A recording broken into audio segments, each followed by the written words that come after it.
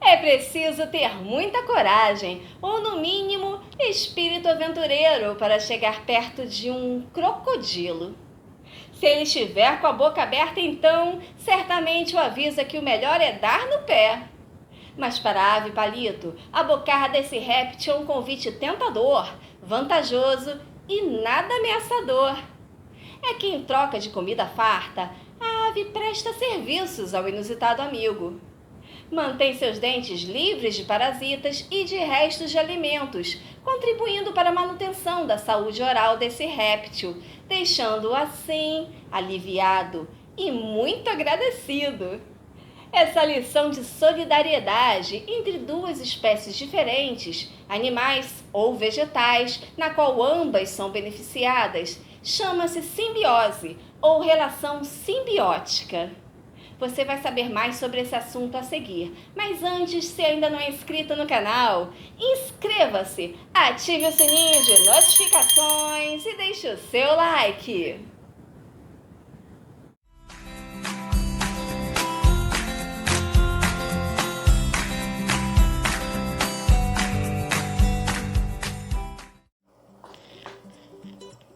Seres vivos de espécies diferentes buscam benefício mútuo na relação simbiótica ou simbiose. Existem 3 diferentes tipos de relação simbiótica: mutualismo, comensalismo e parasitismo.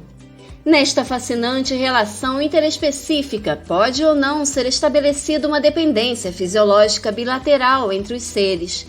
Neste caso, um desequilíbrio pode causar a morte das duas espécies, como no caso de cupins e protozoários.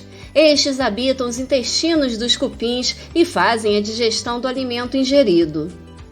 No reino animal encontramos ainda outras formas surpreendentes de interações entre os seres que se caracterizam pelo benefício mútuo, o chamado mutualismo, ou pelo benefício de apenas um deles, sem prejuízo a nenhuma das partes, assim chamado comensalismo.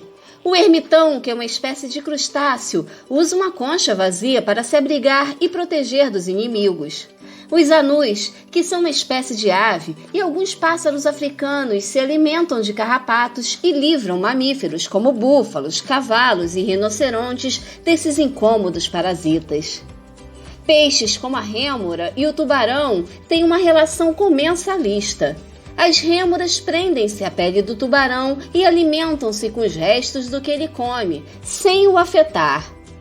Outro exemplo é a relação entre abutres e alguns animais carnívoros, como o leão. Essas aves ficam esperando o momento em que os carnívoros terminam sua alimentação para se alimentarem dos restos por eles deixados. O mesmo ocorre com as hienas, que ficam à espreita esperando as sobras. Quando a abelha coleta o néctar de uma flor, ela espalha o pólen que se gruda em suas pernas. Essa relação é mutualista, pois fornece nutrição para o inseto e fertilização para a planta. Alguns pássaros frequentemente são vistos alimentando-se de carrapatos presentes em animais, como bois. Nessa associação de mutualismo, o pássaro obtém seu alimento e, ao mesmo tempo, ajuda o mamífero, uma vez que o alimento é um parasita.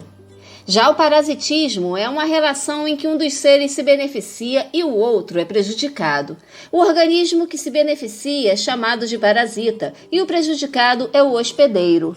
As pulgas e os carrapatos são exemplos de parasitas, pois se grudam à pele de cães, gatos, outros animais e seres humanos e alimentam-se do sangue deles. Isso causa coceira e dor, além de muitas vezes provocar doenças no hospedeiro.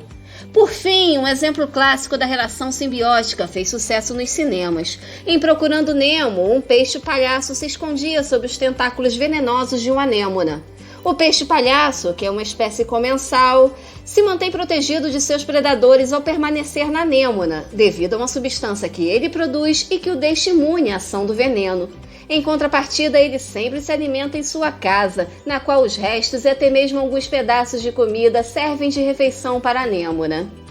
Esses exemplos mostram como a natureza é um grande quebra-cabeça, isso porque cada peça é fundamental para o perfeito funcionamento de toda a engrenagem da vida.